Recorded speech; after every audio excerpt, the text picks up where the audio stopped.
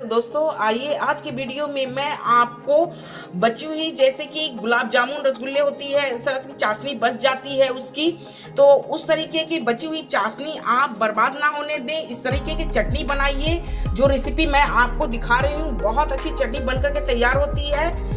तो फ्रेंड आप इस तरह से चटनी बनाइए, देखिए बहुत पसंद आएगी। तो आइए इसकी रेसिपी मैं आपको दिखाती हूँ।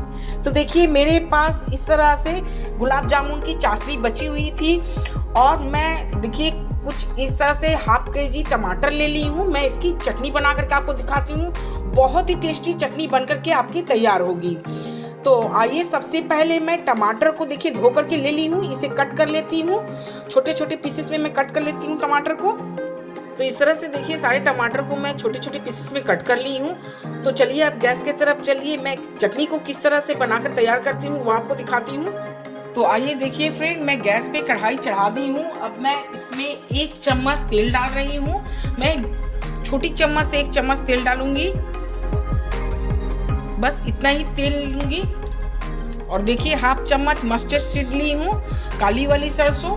अब मैं इसे चटकने दे रही हूँ। तो देखिए सरसों मेरी अच्छी तरह से चटक गई है। अब मैं 2 सूखी लाल मिर्च ली हूँ, जिसे मैं 2 टुकड़ा में 2 भाग करती हूँ। और ये थोड़ी सी ग्रेट की हुई अदरक को ज़्यादा नहीं पकाइए, बस हल्की सी फ्राई करनी है। अब मैं इसमें हाफ टी स्पून हल्दी, हाफ टी स्पून लाल मिर्च पाउडर और 1/4 चम्मच जीरा पाउडर और 1/4 चम्मच धनिया पाउडर। अब मैं ये मसाले डालने के बाद मैं देखिए इस तरह से टमाटर डाल रही हूँ। और टमाटर डालने के बाद मैं हाफ चम्मच सफ़ेद नमक डाल रही हूँ। और देखिए 1/4 चम्मच मैं काली नमक डाली हूँ। और देखिए इस तरह से कुछ गरम मसाले में ले ली हूँ। तो देखिए इसमें लौंग, 2 लौंग, 1 हरी इलायची और एक टुकड़ा दालचीनी, जिसे मैं इस तरह से पाउडर बना ली हूँ। तो इस तरह से सारे मसाले डालने के बाद मैं इसे हल्की सी फ्राई कर ली हूँ।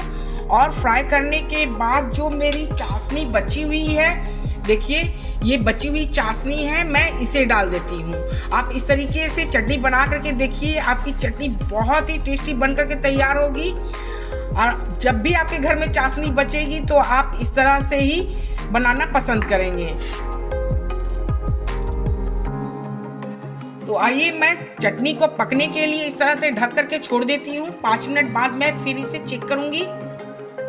तो ढक्कन हटा करके मैं देखिए चटनी को चेक कर लेती हूँ। चटनी मेरी अच्छी तरह से पक गई है।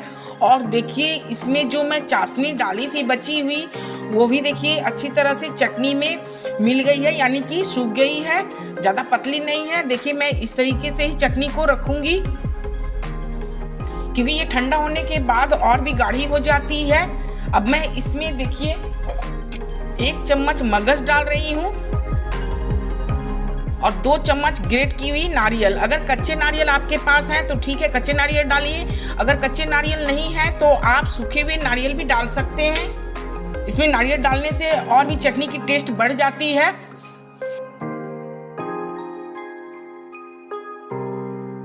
तो नारियल और मगज डालने के बाद बस 1 मिनट के लिए ही सिर्फ आप इस चटनी को पका लीजिए। 1 मिनट पकने से आपका चटनी पूरी की पूरी कंप्लीट हो जाएगी। देखिए थोड़ी सी और गाढ़ी हो गई है चटनी। अब मैं गैस को ऑफ कर लेती हूँ, आपको सर्व करके दिखा रही हूँ बाउल में। तो ये लीजिए फ्रेंड, बची हुई चाशनी की देखिए मैं किस तरह से चटनी बनाई हूँ। ये चटनी बहुत ही ज़्यादा टेस्टी बनती है।